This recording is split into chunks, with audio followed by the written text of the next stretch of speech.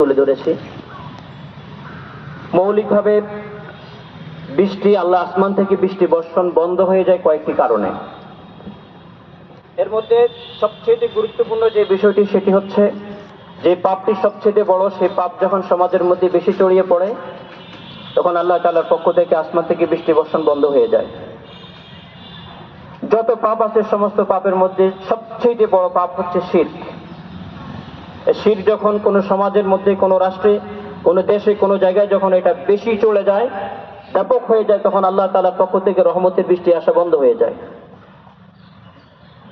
নবী করিম সাল্লাল্লাহু আলাইহি ওয়াসাল্লাম হাদিসে নববীতে ইরশাদ করেছেন, ওয়ালাম ইয়ামনাউ যাকাতা আমওয়ালিহিম ইল্লা মুনিউল কাতরা মিনাস সামা ওয়ালাউলাল বাহাইম লাম ইউমতারু।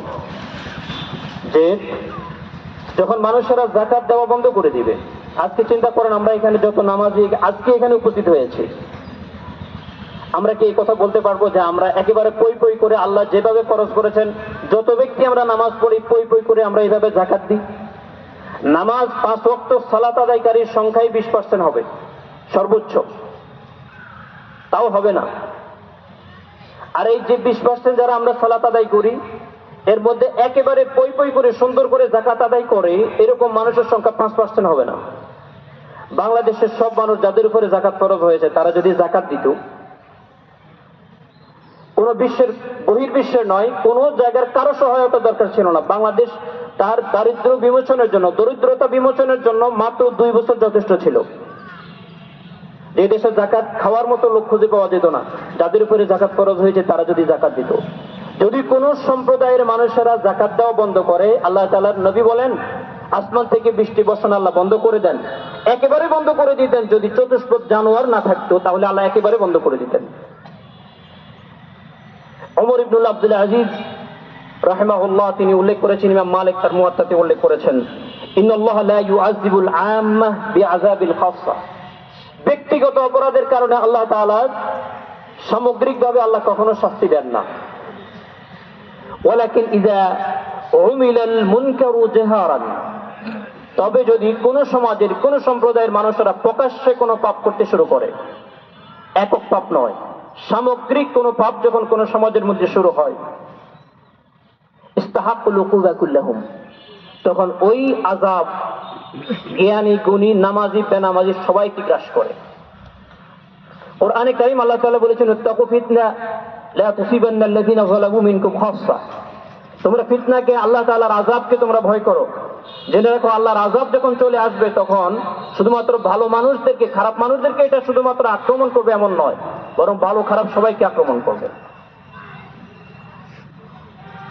সবচেয়ে বড় হচ্ছে আল্লাহ তাআলার এই আযাব থেকে বাঁচার জন্য আমাদেরকে সামগ্রিকভাবে আল্লাহ তাআলার কাছে ধর্ণা দেওয়া, আমাদের জীবনের গুনাহগুলোর কথা আল্লাহ তাআলার কাছে স্মরণ করা। আমরা এখানে যারা এসেছি আমরা সবাই পাপী, আমরা আমাদের পাপ স্বীকার করার জন্য এসেছি। কি বলেন? পাপ স্বীকার করার জন্য এসেছি। আমরা পাপ স্বীকার করতে এসেছি যে আমরা গুনাহগার। আমাদের পাপের কারণে আল্লাহর দৃষ্টি বন্ধ হয়ে গিয়েছে।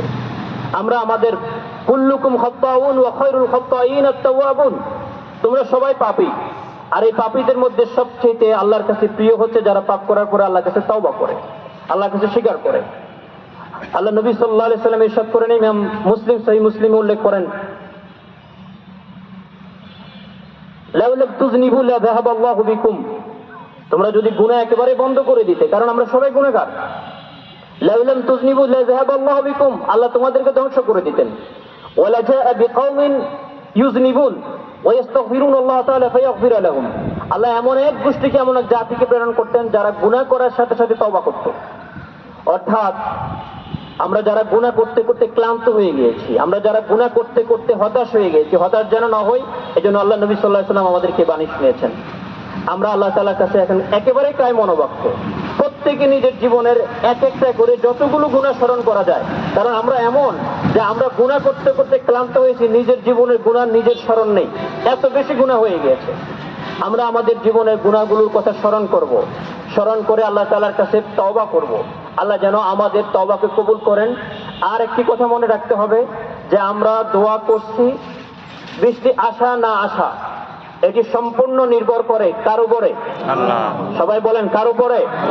আল্লাহর উপরে। আজ নাস্তিক শ্রেণীর মানুষেরা আলেম ওলামাগণ যখন সালাত আদায় করছেন, ইস্তিসকার সালাত আদায় করছেন, তারা আলেম ওলামাদেরকে নিয়ে ঠাট্টা মশকরা করছে, তামাশা শুরু করেছে। তারা বলতে চায় যে তোমরা দোয়া করলা, নামাজ পড়লা, তো বৃষ্টি তো আসলো না। নাউযুবিল্লাহি মিন যালিক। আল্লাহ, আমি আমার সারা জীবন যদি আল্লাহর কাছে হাত পেতে রাখি আর আল্লাহ যদি এক ফোঁটা বৃষ্টি না দেন, এটা আল্লাহর ইনসাফ। আমি আল্লাহর উপরে অভিযোগ করার অধিকার রাখি না যে আল্লাহ তুমি কেন দিলে না। কারণ আমার জীবনের এত পাপ হয়েছে যে আল্লাহ যদি গোটা জীবন ধরে আমাদেরকে এক ফোঁটা বৃষ্টি না দেন, আল্লাহর কাছে বৃষ্টি পাওয়ার অধিকার আমি রাখি না। আল্লাহ যদি দয়া করেন দিবেন, যদি না দেন, বিশ্ব নবীর সুন্নাহ পালন করতে আমরা এখানে এসেছি, নবীর সুন্নাহ পালন করণার্থে আমরা এখানে এসেছি। বৃষ্টি দেওয়া না দেওয়া সম্পূর্ণ নির্ভর করবে কার উপরে? আল্লাহর উপরে নির্ভর করবে। আমরা আল্লাহ তাআলার কাছে দোয়া করব। এই দোয়ার ক্ষেত্রে সাধারণ নিয়ম হচ্ছে, যে পোশাক আমরা যাদের কি বলেন রুমাল আছে, তারা রুমালটা উল্টিয়ে পড়বে এবং হাতের আল্লাহ তাআলার কাছে যখন দোয়া করবে তখন হাতগুলো এইভাবে দিবে, তালু নিচের দিকে থাকবে, হাতগুলো লম্বা করে প্রসারিত থাকবে এবং দোয়াটা দাঁড়িয়ে হবে। আমরা এখনই রেখে দিচ্ছি।